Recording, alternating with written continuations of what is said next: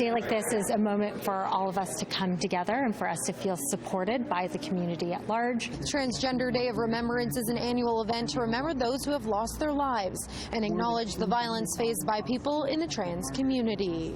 Oftentimes I feel a little bit ostracized by society, and I feel at risk and sometimes unsafe. And so a Trans Day of Remembrance is a time where I get to be a bit vocal. This movement began in 1999 to honor Rita Hester, a trans woman who was killed. Community is a nonprofit organization based out of Vancouver that works to improve queer, trans, and two-spirit lives by providing a safer space for 2S LGBTQIA+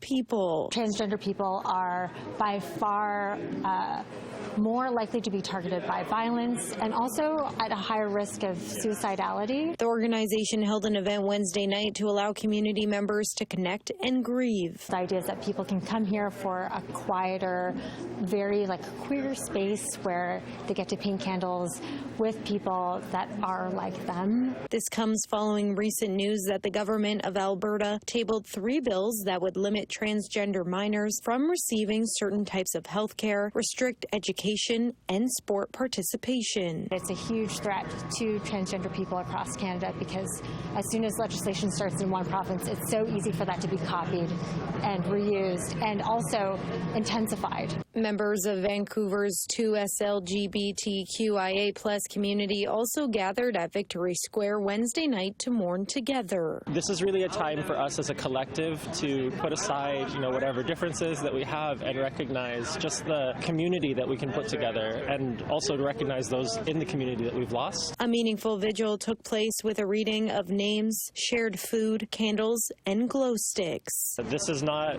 something that I would certainly expect everyone to show up for. It's a very heavy day. To anyone who is not here today, I hope they are taking care of themselves in exactly the way that they would like to be. In Vancouver, Stallone, City News.